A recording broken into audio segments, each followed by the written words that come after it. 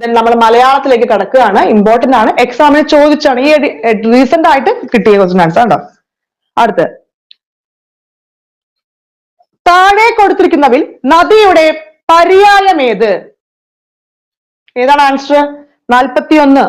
Option A ആണ് കേട്ടോ. Option A ആണ് നദിയുടെ പര്യായം, തടിനി. Okay, തടിനിയാണ് answer. തളിമം പറഞ്ഞ എന്താണ്? തറ, തിണ്ണ എന്നൊക്കെ പറയുന്നുണ്ടോ. തളിമം, തറ, തിണ്ണ. ദെൻ തളിനമാണെങ്കിലോ? തളിനം, തളിനം എന്ന് പറഞ്ഞാൽ മണൽത്തിട്ട. ദെൻ ഈ മണൽ പ്രദേശം എന്നൊക്കെ പറയില്ലേ, അതാണ് തളിനം. ഓക്കെ, അതുകൊണ്ട് ഓർത്ത് വെക്കുക കേട്ടോ. 42. വിപരീത പദം എഴുതുക. ചഞ്ചലം. ഓപ്ഷൻ ബി ആണ് അല്ലെ, അചഞ്ചലമാണ് കറക്റ്റ് ആൻസർ. ഓക്കെ, സെറ്റ് ആണോ? മലയാളം ഇമ്പോർട്ടന്റ് ആണ്. ശരിയായ പദം ഏത്? ശരിയായ പദം ഏത്?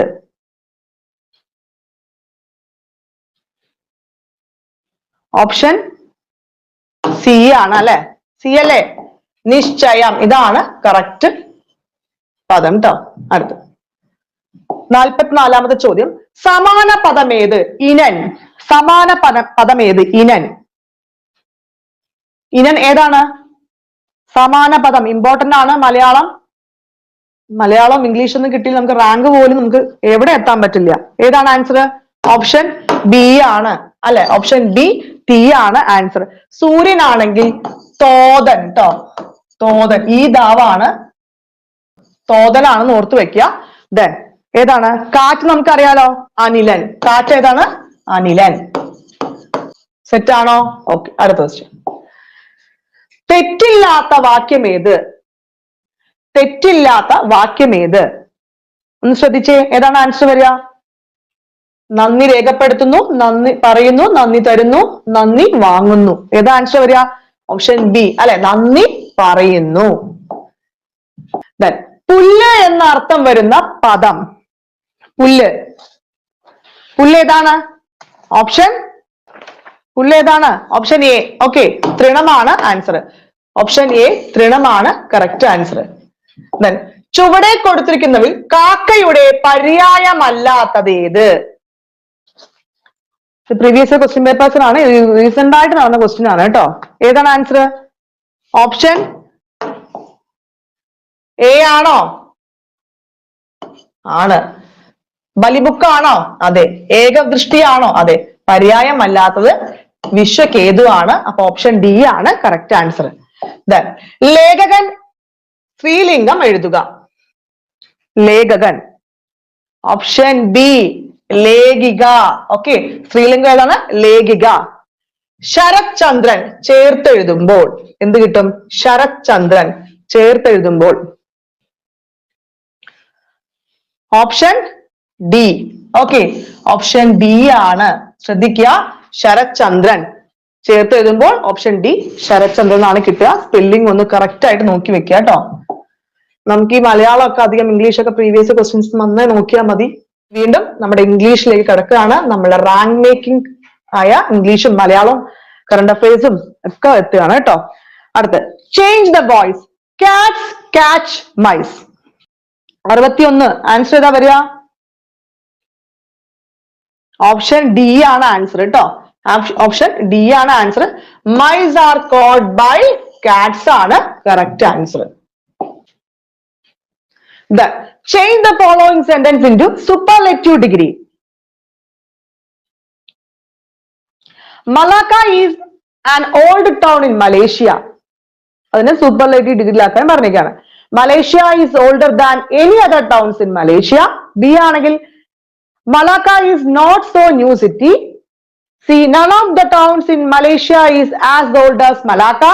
D, Malacca is the oldest town in Malaysia. ഏതാണ് ആൻസർ വരിക? ഓപ്ഷൻ ഡി അല്ലേ വരിക? Malacca is the oldest town in Malaysia. Superlative degree ആക്കാനാണ് പറഞ്ഞിരിക്കുന്നത്. അടുത്ത്, അനിമൽ സൗണ്ട്സ് ആണ് കേട്ടോ. Sparrows twitter. എലിഫന്റ്സ് ആണെങ്കിലോ എലിഫന്റ്സ് നമുക്കറിയാലോ ഏതാണ്? ട്രംപറ്റ് ആണ് കറക്റ്റ് ആൻസർ. ഓക്കെ, സ്ട്രീം ഏതൊക്കെയാണ്? സ്ട്രീം ഏതൊക്കെയാ വരിക? Eagles, peacocks, seagulls, vulture, chimpanzee ഒക്കെ ഏതാണ് സ്ട്രീം? ഏതൊക്കെയാണ്? ഈഗിൾസ് വരും, അതും കൂടെ പഠിച്ചു പോവാ കേട്ടോ. ഈഗിൾസ്, പീകോക്സ്, ദെൻ ചിമ്പാൻസി, പിന്നെ ഏതൊക്കെയാണ്? Eagles, peacock, chimpanzee, hoax, vulture,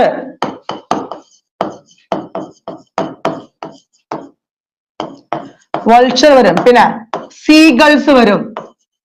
ഇതൊക്കെ ഏതൊക്കെയാണ്? സ്ട്രീംസിന്റെ കൂടെ പഠിച്ചു പോവുക. ദെൻ ഹൗൾ ആണെങ്കിലോ ഹൗൾ, ഹൗൾ, ജാക്കൽസ് അല്ലെ, കുറുനരി അല്ലെ, ജാക്കൽസ്. ദെൻ ഏതാണ്? ബെല്ലോ. ബെല്ലോ ഏതാണ്? ബുൾ വരും, ഓക്സൺ വരും, ദെൻ സ്റ്റാക്സ് വരും. ഇത് ഏതാണ്? ബെല്ലോ ആണ്. ഇത്രയും കാര്യങ്ങളൊന്ന് ഇംഗ്ലീഷിൽ ബൈഹാർട്ട് ചെയ്ത് പോവാ കേട്ടോ. ദെൻ ബിറ്റർ, ബിറ്റർനെസ്, റിജക്ട് ഏതാണ്? റിജക്ട്. ഓപ്ഷൻ എ ആണ് അല്ലെ. റിജക്ട് റിജക്ഷൻ ആണ്. നമ്മൾ എന്ത് ചെയ്യും? റിജക്ട്നെസ് ഇടും, അത് തെറ്റാണ് കേട്ടോ. അപ്പൊ റിജക്ട് റിജക്ഷൻ ആണ് correct answer. 65. Choose the correct spelling. Choose the correct spelling. Option B ആണ് കേട്ടോ. നിരന്തരമായ അധ്വാനം എന്ന രീതിയാണ്. പെർസെർവൻസ് ആണ്. ശ്രദ്ധിക്കുക. ആദ്യം പെർ എഴുതുക, ദെൻ സിവിയർ എഴുതുക, ANC എന്ന് കൂടെ നോക്കി വെക്കുക. അപ്പൊ ഓപ്ഷൻ ബി ആണ്. 66ാമത്തെ ചോദ്യം ചേഞ്ച് ഓഫ് ജെൻഡർ ആണ്. ഡ്യൂക്ക്, ഡച്ച്ലസ്, ബാച്ചിലർ ഏതാണ്? ബാച്ചിലർ. ഓപ്ഷൻ സി ആണ് അല്ലെ. ഓപ്ഷൻ സി ആണ്. സ്പിൻസ്റ്റർ അല്ലെ. ഓപ്ഷൻ സി ആണ്. ഹണ്ടർ ആണെങ്കിലാണ് ഹൺഡ്രസ് അല്ലെ. ഹണ്ടറിന്റെ ഹൺഡ്രസ് ആണ്. പ്രിൻസിന്റെ പ്രിൻസസ്. പ്രിൻസിന്റെ princess. Count countess. Okay, set ആണോ? ഓക്കെ ആണെങ്കിൽ ഒരു ലൈക്കും കമന്റ് ഒക്കെ അടിച്ചേ കേട്ടോ. Irfan was dash in a village in Bihar. A. Brought in. B. Brought up. C. Brought out. D. Brought for.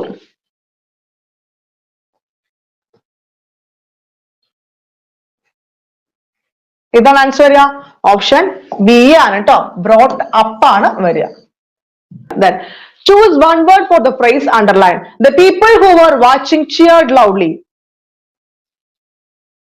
ഏതാണ് ആൻസർ വരിക? 68. ഓപ്ഷൻ എ ആണ് വരിക അല്ലെ. സ്പെക്ടേറ്റേഴ്സ് അല്ല ആൻസർ വരിക. Option A. ഓക്കെ. 69ാം ചോദ്യം find one word for the following. A building with a furnace for cremating dead bodies.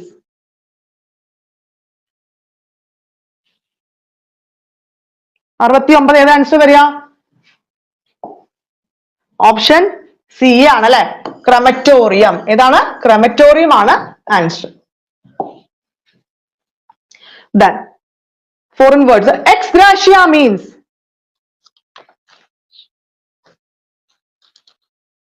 Ex gratia means. Option D ആണ് അല്ലെ. Payment made up of generosity ആണ് correct answer. Set ആയോ? അപ്പൊ നമ്മൾ 70 ചോദ്യങ്ങളാണ് ഈ ക്ലാസ്സിൽ ചെയ്തത്. എടുത്തിടണം. ഇപ്പൊ മാർക്കൊക്കെ ഒന്ന് കമന്റ് ചെയ്യാം. നമ്മൾ ആദ്യം കുറച്ച് SCERTയുടെ ക്വസ്റ്റ്യൻസ് ഇട്ടിട്ടുണ്ടായിരുന്നില്ലേ? അപ്പൊ അതിന്റെ ആൻസർ എല്ലാവർക്കും കിട്ടിയോ? അപ്പൊ ആൻസർ ഒന്നും കൂടെ നമുക്ക് പറഞ്ഞുതരാം കേട്ടോ. അപ്പൊ നിങ്ങൾക്ക് ഇഷ്ടമായ ഒന്ന് ലൈക്കും കമന്റ് ഒക്കെ അടിച്ചേ. ഞാൻ പറയുന്ന കാര്യങ്ങൾ ഇഷ്ടമാണ്. എനിക്കിന്ന് തീരെ വയ്യ, പനിയാണ്. എങ്കിലും എന്നെ കൊണ്ട് പറ്റുന്ന കുറെ ഫാക്ട്സ് ഒക്കെ ഞാൻ പറഞ്ഞു തന്നു. അടുത്ത ക്ലാസ്സിൽ ഇനി കുറച്ച് കൂടുതൽ തരാൻ നോക്കാം. എല്ലാവരും ഒന്ന് ലൈക്കും കമന്റ് ഒക്കെ ഒന്ന് അടിക്കുക. നമുക്ക് ആദ്യം ഇത് നോക്കാം. ഏതായിരുന്നു ക്വസ്റ്റ്യന്? പീയൂഷം. പീയൂഷം ഏതാണ്? ഇമ്പോർട്ടന്റ് ആണ്. SCERT ആണ്. പീയൂഷം ഏതാണ്? പീയൂഷം അമൃതാണ് കേട്ടോ. പീയൂഷം ഏതാണ്? അമൃതാണ്. ദെൻ മാഗന്ധം. തേന്മാവ്. ഏതാണ്? തേന്മാവ്. ദെൻ മൗലി ആണെങ്കിൽ മൗലി.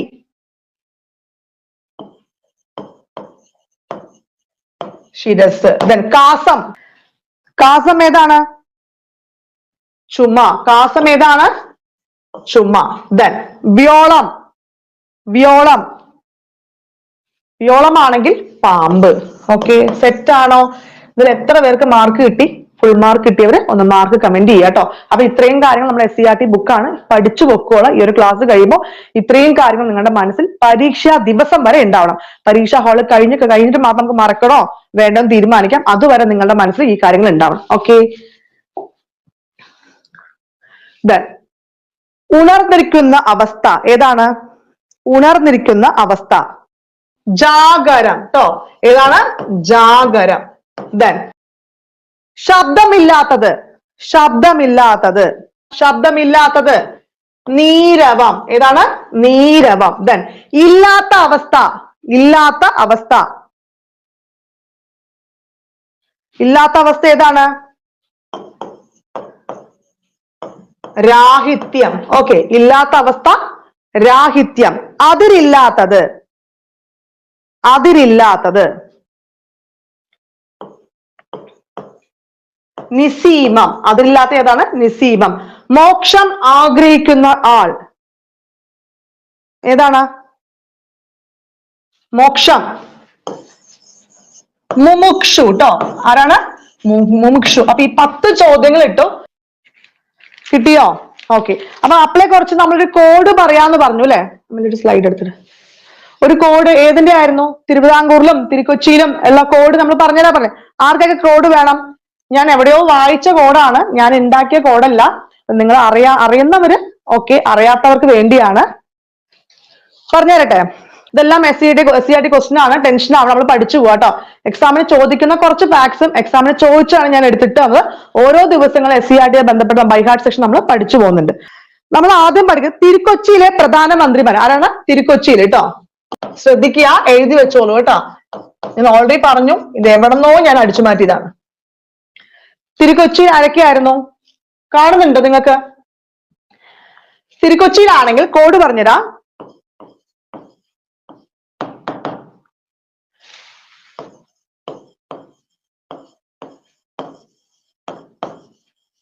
തിരുക്കൊച്ചിയിലെ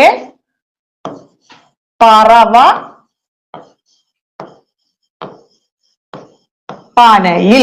എന്തായാലും പരീക്ഷയ്ക്ക് ഈ തിരുക്കൊച്ചിയും തിരുവിതാംകൂർ ഏതെങ്കിലും ക്വസ്റ്റ്യൻ ഉണ്ടാവും. മറന്നു പോകാൻ വേണ്ടി പറഞ്ഞ തിരുക്കൊച്ചിയിലെ കോഡാണ് തിരുക്കൊച്ചിയിലെ പറവ പനയിൽ. എന്താണ്? തിരുക്കൊച്ചിയിലെ പറവ പനയിൽ. ഇത് എന്താണ്? പറവ എന്താണ്? തിരുക്കൊച്ചിയിലെ പ്രധാനമന്ത്രി. പറവ ആരാണ്? പറവ ആരാണ്? പറവൂർ TK നാരായണൻ പിള്ള. ആരാണ്? പറവൂർ TK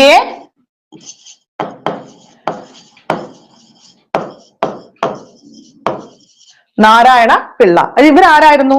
തിരുക്കൊച്ചിയിലെ ആദ്യ പ്രധാനമന്ത്രി. ആരായിരുന്നു? തിരുക്കൊച്ചിയിലെ ആദ്യ പ്രധാനമന്ത്രി ആയിരുന്നു പറവൂർ TK നാരായണ പിള്ള. ദെൻ പനയിൽ ആരാണ്? പനമ്പള്ളി ഗോവിന്ദ മേനോൻ. കിട്ടിയോ?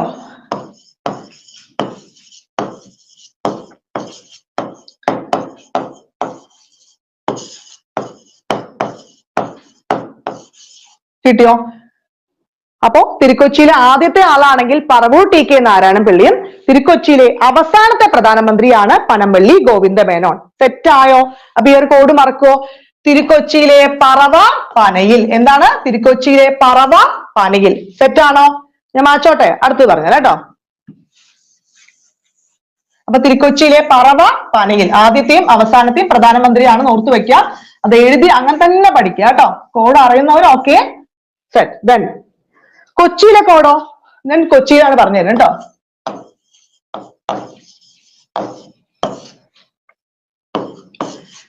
നമുക്ക് ഇമ്പോർട്ടന്റ് ആയിട്ടുള്ളതൊക്കെ നമ്മൾ കോഡ് പഠിച്ചു പോകണ്ട. കൊച്ചിയിൽ എന്താ കോഡ് പറയാ? കൊച്ചിയിലെ പന ഇക്കണ്ടത്ത്. എന്താണ്? കൊച്ചിയിലെ പന ഇക്കണ്ടത്ത്. നിങ്ങൾ കോഡ് കാണുമ്പോൾ തന്നെ അറിയാൻ പറ്റും അല്ലെ? അപ്പൊ എന്താണ്? കൊച്ചിയിലെ പന ഇക്കണ്ടത്ത്. കൊച്ചിയിലെ ആദ്യ പ്രധാനമന്ത്രിയാണ് പനമ്പള്ളി ഗോവിന്ദ മേനോൻ. ആരാണ്? പനമ്പിള്ളി ഗോവിന്ദ മേനോനാണ് ആദ്യത്തെ. കൊച്ചിയിലെ അവസാനത്തെ ആണെങ്കിൽ ഇക്കണ്ട വാര്യർ. അവസാനത്തെ ആണെങ്കിൽ ഇക്കണ്ട വാര്യർ. ഓക്കെ, അപ്പൊ ആദ്യത്തെയും അവസാനത്തെയും. ഓക്കെ, സെറ്റ് ആയോ? ഏതാണ്? കൊച്ചിയിലെ പന ഇക്കണ്ടത്ത്. ഏതാണ്? കൊച്ചിയിലെ പന ഇക്കണ്ടത്ത്. തിരുകൊച്ചിയാണ് നമ്മൾ എന്താ പറഞ്ഞത്? തിരുകൊച്ചിയിലെ പറവ പറയിൽ. തിരുകൊച്ചിയിലെ പറവ പനയിൽ. കൊച്ചിയിലാണെങ്കിൽ കൊച്ചിയിലെ പന ഇക്കണ്ടത്ത്. ഓക്കെ ആണോ? നമുക്ക് ഒന്നും കൂടി ഉണ്ട് അല്ലെ, തിരുവിതാംകൂർ. ഇത് എന്തായാലും നമ്മൾ ചിലപ്പോ ഓഡ് വൺ ഔട്ടോ അല്ലെങ്കിൽ ഒരു സ്റ്റേറ്റ്മെന്റ് ക്വസ്റ്റ്യൻ ആയിട്ടോ ചോദിക്കും കേട്ടോ. അടുത്ത ഏതാണ്? തിരുവിതാംകൂർ അല്ലെ. കിട്ടാത്ത ഒന്ന് റിവൈൻഡ് ചെയ്ത് നോക്കുക കേട്ടോ. എന്താ കോഡ് പറയാ? തിരുവിതാംകൂറിന്റെ പട്ടം പറന്നു. തിരുവിതാംകൂറിന്റെ പട്ടം പറന്നു.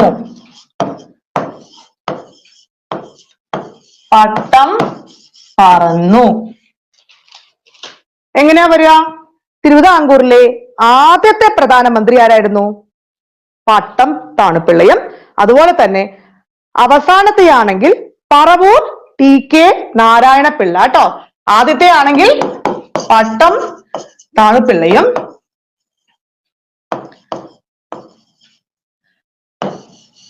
അപ്പൊ ഏതാണ്? പറവൂർ TK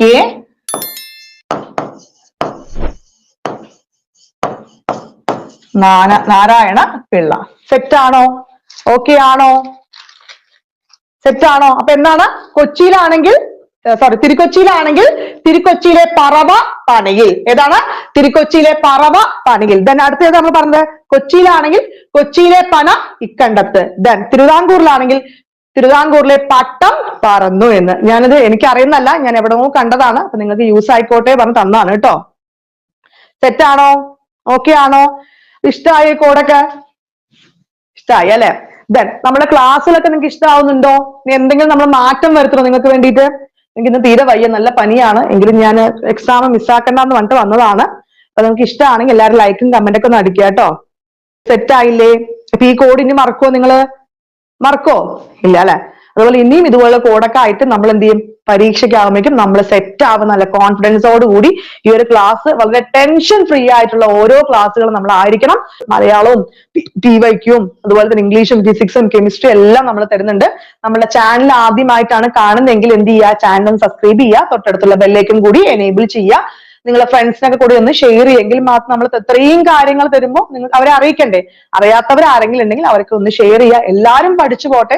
സിൻസിയർ ആയിട്ടും ഡെഡിക്കേഷൻ ആയിട്ടും നന്നായി ആത്മാർത്ഥതയോട് പഠിക്കുന്നവരെല്ലാവരും നല്ലൊരു റാങ്ക് ലിസ്റ്റിലേക്ക് എത്തട്ടെ. ഓക്കെ, നമ്മൾ പരീക്ഷയെ പേടിക്കേണ്ട ആവശ്യമില്ല. എത്രയോ ഒഴിവുകൾ കുറവോ എന്തോ ആയിക്കോട്ടെ, നമുക്ക് എന്ത് വേണം? ഒരു സീറ്റ്. അത് നമ്മൾ ആഗ്രഹിച്ചാൽ കിട്ടാവുന്നേ ഉള്ളൂ. പക്ഷെ നമ്മൾ എന്ത് വേണം? ആഗ്രഹിക്കണം അല്ലെ? ക്ലാസ് കഴിഞ്ഞ ശേഷം നിങ്ങൾ വീണ്ടും ഒന്ന് റിപ്പീറ്റ് ചെയ്ത് നോക്കിയിട്ട് ആ ഒരു സെക്ഷൻ പഠിച്ചു പോവുക. ഒന്ന് എഴുതി വെച്ച് എന്നെ പഠിക്കുക കേട്ടോ. എന്റെ മക്കൾ എല്ലാവരും എന്ത് ചെയ്യുക? നന്നായി ശുഭാപ്തി വിശ്വാസത്തോടു കൂടി ഇരിക്കുക. ഉറപ്പായിട്ടും നമുക്ക് ജോലി കിട്ടും. നമ്മളുടെ കോൺഫിഡൻസ് തന്നെയാണ് നമ്മളുടെ വിജയം എന്ന് മനസ്സിലാക്കി. എയിം സ്റ്റഡീസിന്റെ തീം എന്ന് പറയുന്നത് ലക്ഷ്യം വിജയം മാത്രമാണ്. അപ്പൊ അതിനുവേണ്ടി ഞങ്ങൾ എന്നും നിങ്ങളുടെ കൂടെ ഉണ്ടാവും. നിങ്ങളുടെ ഒരു സപ്പോർട്ടും മാത്രം മതി. പിന്നെ ഈ നെഗറ്റീവ് പറയുന്നവരോട് എനിക്ക് പറയാനുള്ളത്, ഇതെല്ലാം നമ്മൾ ഫ്രീ ആയിട്ടാണ് നിങ്ങൾക്ക് തരുന്നത്. മറ്റാരും ചെയ്യാത്ത കാര്യങ്ങളാണ് നമ്മൾ ചെയ്തു തരുന്നത്. നിങ്ങൾ പഠിച്ചോട്ടെ. നമ്മളൊരു പെയ്ഡ് സ്റ്റുഡന്റ്, ഞങ്ങൾക്ക് വേണമെങ്കിൽ ശ്രദ്ധിക്കായിരുന്നു, നമ്മുടെ പെയ്ഡ് സ്റ്റുഡൻസിന് മാത്രം കൂടുതൽ ഫോക്കസ് ചെയ്ത് അവർക്ക് മാത്രം കൊടുക്കായിരുന്നു. നമ്മൾ അങ്ങനെ ചിന്തിക്കില്ല. ഏത് സാധാരണക്കാർക്കും ചിലപ്പോൾ ഒരുപക്ഷെ പേയ്മെന്റ് ചെയ്യാൻ പറ്റാത്ത ഒരുപാട് പേരുണ്ട്. അപ്പൊ അവർക്ക് എല്ലാവർക്കും കൂടി ഉപകാരപ്പെട്ടോട്ടെ പറഞ്ഞിട്ടാണ് നമ്മളിത് ചെയ്യുന്നത്. അപ്പൊ എല്ലാവർക്കും നന്ദി, നമസ്കാരം.